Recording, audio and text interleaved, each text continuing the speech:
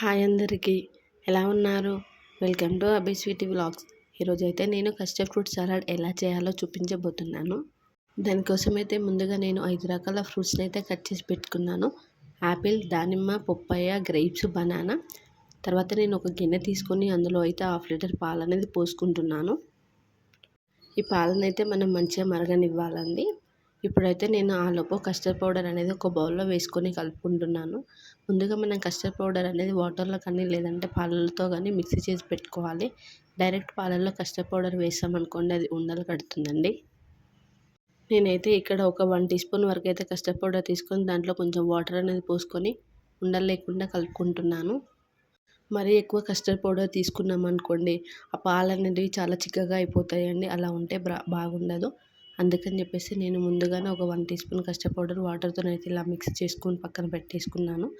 తర్వాత నేనైతే పాలల్లో ఒక 1 కప్ వరకు అయితే షుగర్ యాడ్ చేసుకుంటున్నాను. మీకు ఒకవేళ తీపి ఎక్కువ తినే వాళ్ళైతే ఇంకొంచెం షుగర్ అనేది యాడ్ చేసుకోండి. ఇప్పుడు షుగర్ కలిపే వరకు కొద్దిసేపు అయితే కలుపుకోవాలండి.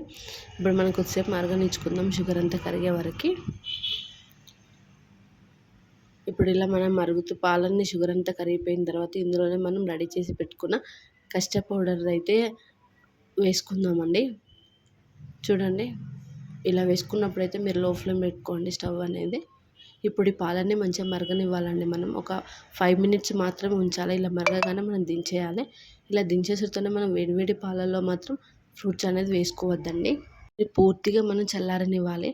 అలా పూర్తిగా చల్లారిన పాలల్లో మాత్రమే మనం కట్ చేసుకున్న ఫ్రూట్స్ అనేది వేసుకోవాలండి. మనం పిల్లల కోసమని చాలా ఫ్రూట్స్ తీసుకొస్తాం. తినమని ఎంత చెప్పినా కూడా ఏదో ఒక రీజన్ చెప్పి స్కిప్ చేస్తూనే ఉంటారు. సో ఇలా ఫ్రూట్ సలాడ్ కనుక వాళ్ళకి చేసి ఇచ్చామనుకోండి అన్ని ఫ్రూట్స్ తిన్నట్టు ఉంటుంది. వాళ్ళకి ఇష్టమైన ఫుడ్ కూడా తిన్నట్టు ఉంటుందండి. వేసవికాలంలో అయితే మంచిగా చల్లగా ఉంటుంది కదండి. ఐస్ క్రీమ్ తినే బదులు ఇలా ఫ్రూట్ సలాడ్ తింటే హెల్తీ ఫుడ్ తిన్నట్టు ఉంటుంది. కాబట్టి ఇలా చేసి పెట్టండి మీరైతే. చూడండి, ఇప్పుడు నేను ఫ్రూట్స్ అన్నీ వేసుకున్న తర్వాత అయితే కొద్దిసేపు అయితే దీన్ని ఫ్రిడ్జ్లో అయితే పెట్టుకోవాలండి. అప్పుడు మాత్రమే టేస్టీ ఫ్రూట్ సలాడ్ అనేది రెడీ అవుతుంది. వీటన్నిటిని నేను ఒకసారి కలుపుకొని కొద్దిసేపు అయితే ఫ్రిడ్జ్లో పెట్టుకున్నానండి. ఫ్రిడ్జ్ నుంచి తీసిన తర్వాత చూడండి యమ్మీ ఫ్రూట్ సలాడ్ అయితే రెడీ అయిపోయింది. ఇప్పుడు నేనైతే ఒక గ్లాస్లోకి సర్వ్ చేసుకుంటున్నాను. మీకు కనుక ఈ ఫ్రూట్ సలాడ్ నచ్చినట్టయితే లైక్ చేయండి, షేర్ చేయండి అండ్ సబ్స్క్రైబ్ చేయండి ఫ్రెండ్స్.